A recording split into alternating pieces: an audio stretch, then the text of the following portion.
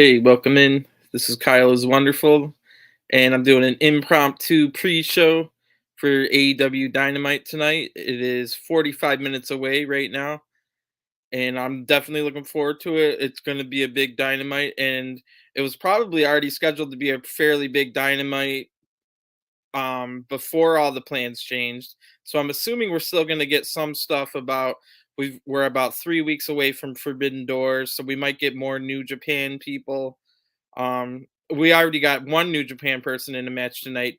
David Finlay, the fourth generation wrestler, son of Fit Finlay, is going to fight. This is going to be Hangman Page's first match since losing the title at Double or Nothing. So I'm assuming those two are not going to be in the impromptu now that CM Punk is injured. He did not relinquish the title, but there will be an interim champion crowned at Forbidden Door. So tonight's AEW Dynamite will start with a battle royal. We don't know how many people are in it. We don't even know one person. Not one person has been announced to be in the battle royal, as far as I've seen. And a lot of names being thrown around. A lot of people hoping and wishing it would be MJF that wins the battle royal, but I can't see with the current storyline how MJF would end up in the match. Maybe he could run out and eliminate the last guy, but I don't see how AEW would validate that. So I don't see MJF being a possibility for the battle royal tonight. So the battle royal will start off at AEW Dynamite, and AEW Dynamite's main event will be the winner of the battle royal versus John Moxley, the former Dean Ambrose. If you're not familiar with the AEW product, and the winner of that match, so it's basically a mini tournament, and it's a really cool tournament taking it across different continents. So tonight we're gonna have the battle royal winner fight John Moxley in the main event, and the winner of that will fight in the main event of Forbidden Door for the interim AEW World Championship. Either Tanahashi or Goto from New Japan Wrestling. They have I would say their second biggest card of the year, potentially, if you don't count G1 or any of the other special tournaments. It'll be New Japan Dominion this weekend, and Tanahashi, the ace, the John Cena, you might say, of New Japan, will definitely beat Goto. I don't know why they even scheduled a match where we know that Goto's not going to go to the main event of Forbidden Door. But anyway, it does put a little bit stakes. It does make the championship seem more like a world title when you've got multiple cards and promotions and continents in this little mini tournament. So I'm assuming we'll get Tanahashi versus Moxley at Forbidden Door, which has been teased. Moxley's been wanting that match for about 2 years, I believe. Maybe not that long, but it definitely, since the pandemic died down. It might have been that they wanted to fight and then the pandemic happened. So I expect that to be the main event, and probably John Moxley winning the interim AEW World Championship. Although, I mean, it would be cool to have Tanahashi win it. I'm not gonna lie. So we will get into that. I did want to review AEW Dark and Dark Elevation, two of my favorite shows of any wrestling shows of the week. You're not going to get like 5-star, 4-star matches. It's mostly going to be squash matches where you know who's going to win before the match even starts. But the commentary is very relaxed on these two shows. You can find them on YouTube, which people say like, "Oh, you're a YouTube show." Like, it doesn't even mean anything. But I mean, I watch YouTube all the time. I watch YouTube more than like um any like Netflix or anything like that. So I find it really easy to watch Dark and Dark Elevation every week, and this week was pretty good. So we will talk about tonight's Dynamite a little bit more, but I'm going to get into the review now. And on Mondays, and I always watch them like in a row, maybe on sometime after NXT 2.0, so maybe later that night or the next day before Dynamite. So I have a routine. I watch the RJ City. He's got a really good talk show on the AEW YouTube channel called Hey EW. And that's about a 10 to 15 minute little video. I watched that, and then I watched the Young Bucks Being the Elite. That's on the Being the Elite YouTube channel. and then I go to AEW Dark Elevation. That's the Monday show. So this one, it's usually it was different in the past, but usually announcers are Tony Schiavone, Paul White, who's the Big Show, and then Mark Henry. So you get a lot of joking around, and same with the other show, AEW Dark. So I basically think of them as like a weekly podcast, one featuring Tony Schiavone, Mark Henry, and Big Show, and then the other one featuring Excalibur and Taz. And there just happens to be matches in the background where you're not really going to get stories progressed, but you will see who might be next to be in line to get on TV. So you do see like the pyramid of who's the very lowest level. Like we know that if you watch Dark and Dark Elevation, you know the very bottom level of the rung of people that are signed is Serpentico on the male side and Sky Blue on the female side, and they lose every match they have. But in Sky Blue's case, I believe one day she could be a big star. Big, she's got a really good baby face persona and charisma. But anyway, this one started out. So, like I said, it's just something you can even put it on in the background while you're doing something else, because it's mostly you're there to hear the witty commentary where they're kind of joking around about stuff and whatnot, and look over it when something might happen. So definitely watch these shows even if it's on in the background while you're doing something else. This one started out, so it was Dark Elevation is always taped right before Dynamite, so they're always 5 days old, but it is in front of a hot live crowd, and before the crowd gets worn out by anything that happened in Dynamite, it's taped. And a lot of times you'll get like, I don't I guess you would call them jobbers or just local talent or whatever. But it's a good barometer to see some of the independent. I watch a lot of wrestling, but I don't get to watch as much independent shows as I wish because I'm too busy watching like 3 hours of Raw and stuff like that. But so this is a perfect way for me to see some of the independent talent out there. And usually, a lot of times they don't even get to showcase what they can do. But at least you're seeing some of the names and some of the gimmicks. A lot of the women I've seen it probably 30, 40 different women wrestlers, and and the same as the men. So excuse me, allergies been going crazy. But it's a really good barometer to see what the lower card of AEW is doing and some of the higher echelon independent talents. And there's a person to follow on Twitter called AEW um enhancement talent, AEW enhancement talent. Go follow if you're interested in watching these shows. Make sure you follow them on Twitter. And then every time there's a jobber that you've never seen before, you can go to that Twitter account and then see, oh, he's the champion in PCW or whatever in Buffalo, New York, or she's part of a tag team with like, so it's a good way to learn what's going on. And this episode was taped before in the Kia Forum, the LA Forum in Los Angeles. So we got 4 matches tonight, all of them featuring people that are known, and all 4 matches given a pretty good length. So this AEW clocked in at about, or Dark Elevation clocked in at about 40 minutes. It featured a few video packages, and I think it even featured a promo. At least Dark had a promo on it. But the Dark Elevation started with Evil Uno leading out John Silver, 10 Allen Angels, and not Stu Grayson, who unfortunately got fired. It was what can I never Alex Reynolds. So it was the Dark Order versus the Factory, which we've seen a lot on Dark. That seems to be the two lower factions, one on the heel side, one on the face side. So they face off a lot. Decent match. A lot of people got their shine. We got to see a lot of different moves from a lot of different people. If you guys don't know, the Factory is QT Marshall is the coach, and then he's got Nick Camarado, who's really big, and then he's got the governor. Um, what can I think of his name?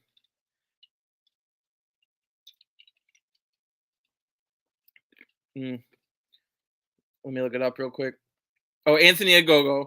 He's the boxer that was in the Olympics for Britain, and he's the one that ended up getting the pin with a really good pop up punch. 'Cause the governor does have a lot of punch base, being a former boxer. One thing of note in this match, Audrey Edwards did throw out Evil Uno when he got caught up in a QT Marshall scam with a chair, and Audrey turned around and Evil Uno was holding the chair. He didn't do anything but got thrown out. And like I said, Anthony Gogo with a really good finisher, pop up punch, basically knocked out Alan Angels to get the win. Your next match saw hometown hero Frankie Kazarian out. Um, he came out first alone, but then he brought out Christopher Daniels, and big SCU chant from the LA crowd. And Serpentico was his opponent. So you know where this was going to go.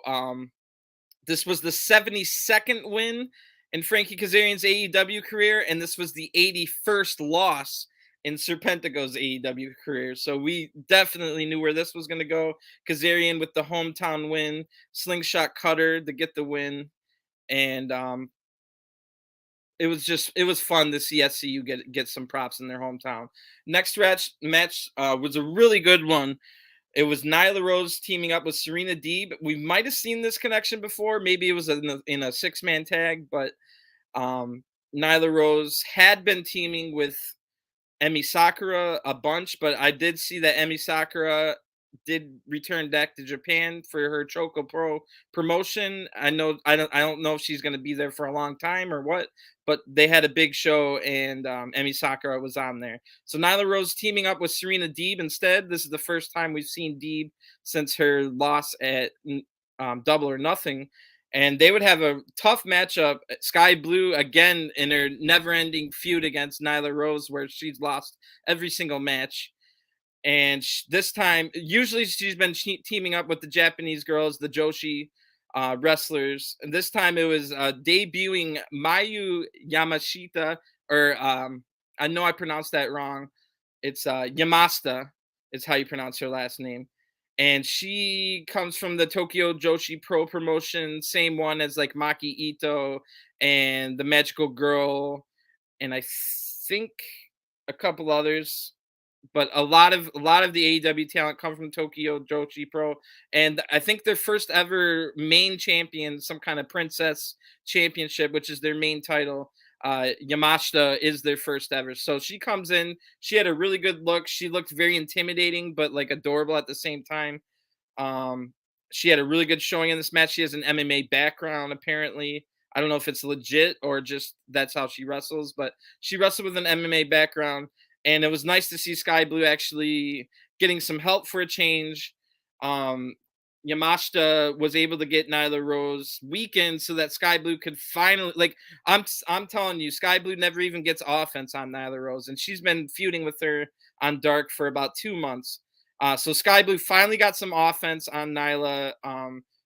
Special note: Sky Blue seems to have new gear, and apparently she went to the same person as Kira Hogan because these were like completely up her crack. Neither here nor there, but something of note. But Sky Blue was able to get some offense in finally, but then quickly Nyla Rose turns it around and hits a big the move that broke Britt Baker's arm, which had me like, I'm always iffy when Nyla's beating up Sky. It's just kind of hard to watch because Sky never, like I said, Sky never gets to come up, and finally got a little bit of offense in this match, but um, once Nyla Rose hit her with that big move, they were able to get Yamashita out of the picture, and Serena Deeb wins with the um, Serenity Lock after hitting her with a big move before that. So Sky Blue jobs again. She's the lowest on the totem pole, but like I said, she could be one of the biggest baby faces going forward in maybe 3 or 4 years. The main event of the night, Death Triangle, making a rare AEW Dark appearance. Full Death Triangle. The entrance was amazing. One thing I should have noticed was we got to see a lot of people's special entrances with the new entrance ramp that they have. So we got to preview a lot of different people's new, because they get a lot of new backgrounds with the new setup that AEW has. So Death Triangle with an amazing entrance with the new setup they have with Penta coming out in the middle with his tombstone, and then left and right, and then they all had separate, like, because of the new setup, different um, videos and stuff, LEDs, and it was really really cool. They were gonna go up against the Wingmen in another match where we knew the Wingmen were not going to beat Death Triangle. But this was a great match, and it was good that the Wingmen did get this match because I know for at least Peter Avalon is LA based and is big in the LA area. No JD Drake in this match. If you remember, JD Drake, since they taped this the same night as Dynamite, JD Drake was getting destroyed by Wardlow, I believe, later on this night. So it was Cesar Bononi teaming up with Dolph Ziggler's brother, Nick Nemeth, the Hollywood Hunk, and then he was also team like I said, Pretty Peter Avalon, and pretty fun match. A good showcase of Death Triangle's moves. We got the good look at Cesar Bononi. He good reminder that he is huge. This guy must be like 6'6", 6'7", maybe 270 pounds straight muscle. Still looks pretty clunky in the ring, but maybe they could do something with him eventually, or he could have a good role as a bodyguard, much like Satnam Singh is for Jay Lethal. But Cesar Bononi was in this match a lot, getting hit with a lot of moves. They were probably testing his selling abilities. Like I said, it wasn't amazing, but it was an all right because it was an all right match because Death Triangle was able to hit a lot of their big moves. And yeah. Oh, and like I mentioned, the video package that we got during this. So every now and then you might get something in additional, like a promo or a little storyline or a video that you never seen anywhere else on these dark shows. And this one had everybody talking about all the LA people, so Young Bucks, SCU, people like that, talking about how good it was, cool it was being the Forum, same place that like Michael Jackson and Magic Johnson um, were in. So pretty good show overall for AEW Dark. Elevation, I should say. Now for AEW Dark, that's the Tuesday show. Now the Tuesday show, like I was saying, the Monday show is always taped before Dynamite, but the Tuesday show is sometimes taped before Rampage, but only if Rampage is a live Rampage. So on weeks where Rampage is taped after Dynamite and aired on tape delay, those nights they have a preset taping at Universal Studios, and those shows aren't very good. You get a lot of squash matches and a lot of in a really small building. So this one was thankfully taped in an arena because Dynamite was live. So this one was in Ontario, California, and one second. But yeah, another good show. It started off with out of nowhere, Lance Archer's music hits. Or I mean, I think Aaron Solo came out first. So Aaron Solo of the Factory got a full entrance, and he is from San Francisco, California. So another California guy. So he got a solo match here, Aaron Solo, and he was then Lance Archer's music hit, and you're like, oh, poor Aaron Solo. So um, pretty much a squash, but Solo did get a couple bit of offense, but it never got in control. Solo was able to escape a blackout, but then a choke slam followed by a blackout ended the match. Archer with the pretty much squash win, but Aaron Solo getting on the card since he's from California, that was good. Speaking of California, Christopher Daniels got a showcase match, a singles match next, and really nice to see him. One of my favorite wrestlers ever. One of the big reasons I was a giant TNA fan, him and AJ Styles made me a TNA fan back in 2004. And great to see him still in the ring in 2022. He would go up against local talent Steve Andrews. Never seen him before, but he did have a couple good moves. He looked like a normal guy you would find on the street, but had some good flips and stuff. But Christopher Daniels, obviously, this is his showcase. He got the big win with the best moonsault ever. The BME still looking just as good as it did 2 decades ago. Um, then here comes Sky Blue out to lose yet again. You know, if you got Sky Blue out there, she's gonna lose. This time it was against Marina Shafir. And one thing of note, just before I started this pre-show, it was announced that Marina Shafir will challenge for the AEW Women's World Championship tonight against Thunder Rosa. It'll be Marina Shafir versus Thunder Rosa for the World Championship tonight out of nowhere. So obviously Marina Shafir won this match that was on air last night, taped on Friday. She beat up Sky Blue pretty bad. This match was really stiff. You could tell that Marina Shafir wanted to have a stiff match because Sky Blue was even throwing in some stiff punches and stuff. So you could tell that Marina told her to hit me for real. But then it backfired on Sky because I don't know if she was actually, I mean, I'm sure she was okay with it, but she got really beat up in this match. She got her head bashed into the barrier. Sky Blue got dropped on her head in a separate incident, and then just beat up and tapped out at the end with Marina Shafir sticking her tongue out and just loving the fact that she was in this hard hitting match. But this sets up Marina Shafir for a title match tonight. Did not see that coming. And if you are to believe the rumors that Thunder Rosa has not liked her booking and has been raising a little bit of stink, as they would say in the back, I could maybe potentially see Marina Shafir walking out of tonight unexpectedly with the women's world title. It's definitely not any higher than a 10% chance, but it's not a 0% chance that Marina Shafir is winning the world title tonight. So I was definitely shocked to see that, but she did have this really brutal match that was aired last night. And poor Sky Blue got beat up pretty bad.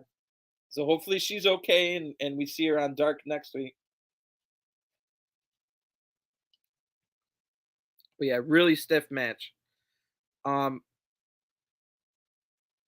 then we got Serpentico came out. So like I was saying, your lowest level on the roster is Serpentico and Sky Blue, and they're in back-to-back matches. This time, Serpentico was going to job to Ortiz. Ortiz getting a showcase match here, leading up to next week's hair versus hair match against Jericho, which at I'm if I don't know who's going to win that match.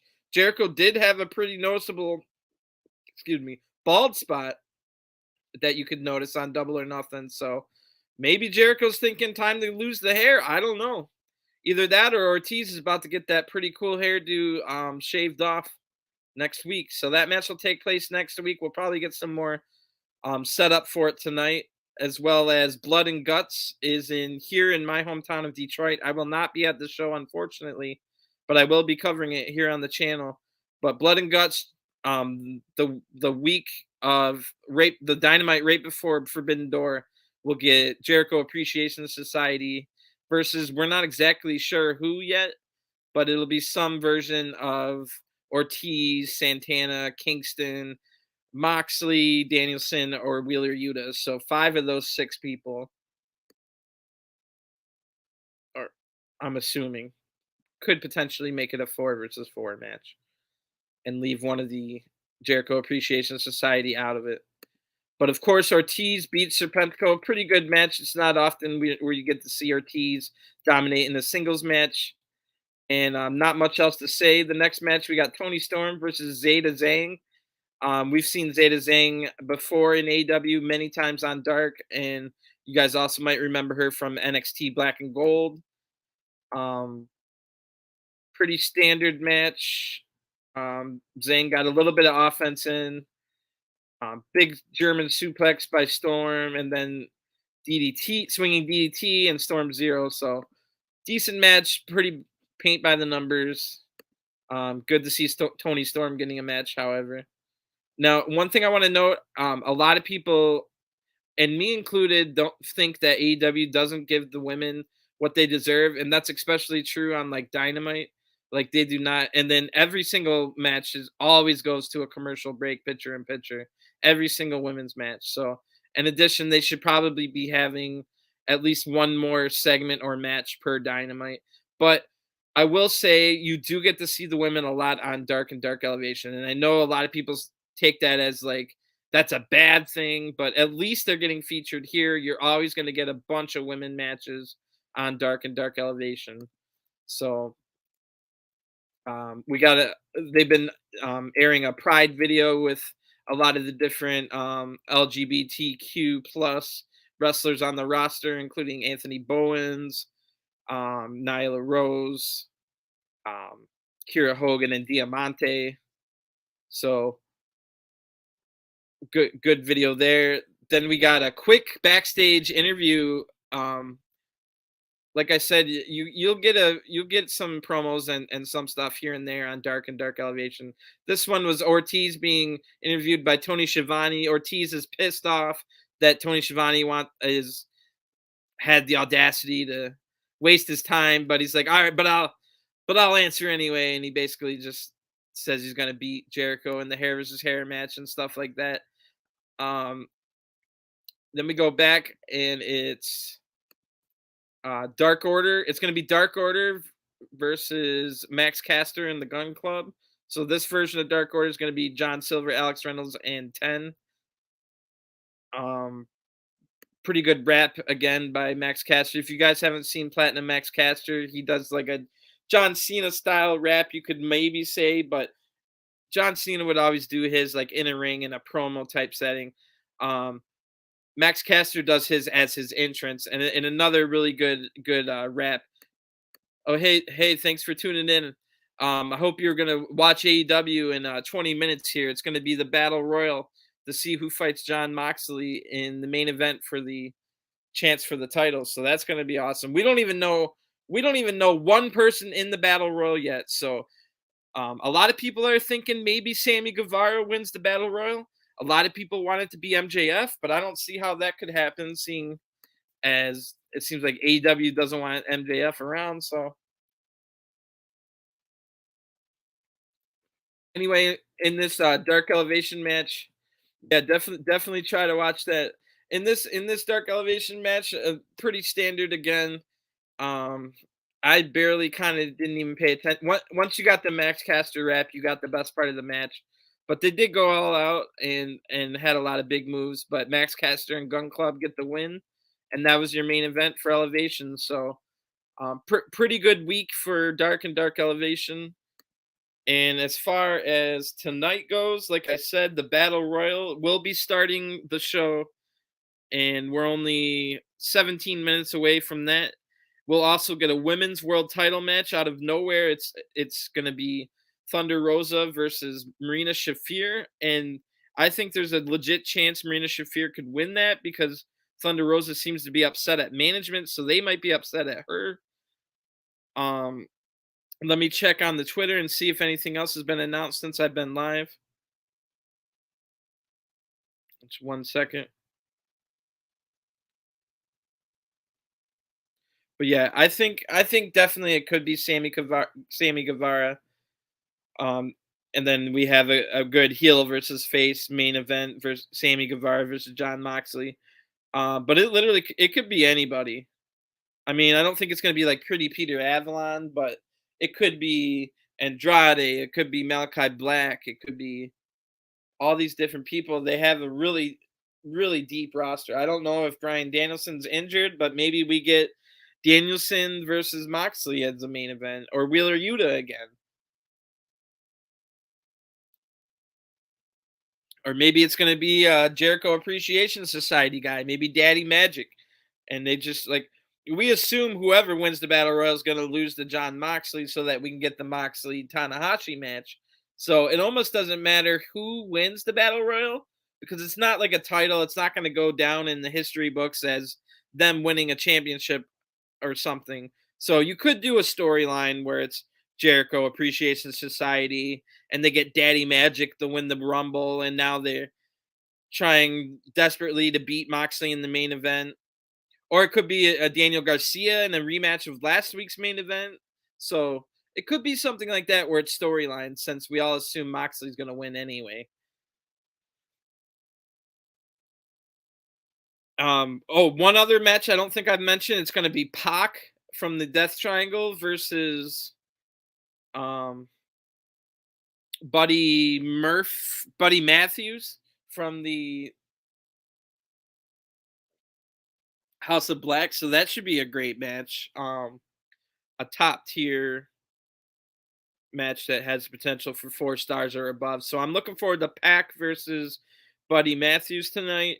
Like I said, we're gonna get fourth generation wrestler Fit Finley's son David Finley. Yo, what's up, Xavier? Um, why did I stop playing Pro Club? Well, it just kind of got boring after a while, to be honest. But I would say one of the big reasons is it became so freaking hard, bro, to find some people like to get a full team together. Like, how do I explain this? I try to be friends with everybody, so then like, sure, there's some people I don't like and like that, but no matter what, like all my friends groups didn't want to play on the same team with the other people on the friends group. So even like these 3 people aren't going to play with this guy, and this guy's not going to play with these 4 people. So kind of a headache there. Also, kind of got boring, and just started doing some other stuff.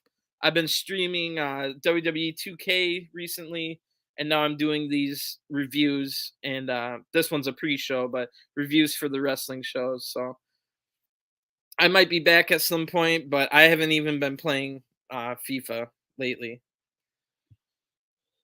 But yeah, not much else to say. I'm looking forward to tonight, and I will be back on after the show. So right around 10 o'clock, I'll be back on, and we'll talk about who won the battle royal. We'll talk about who won the main event. We might have a new women's champion, and um, we might get some more surprises from New Japan. So oh yeah, crossplay is going to be nice because I'm definitely only going to be playing PS5 from now on. But yeah, I'm going to get going. I'm going to get ready for this show. Thanks for tuning in, and I will talk to you guys next time. Peace.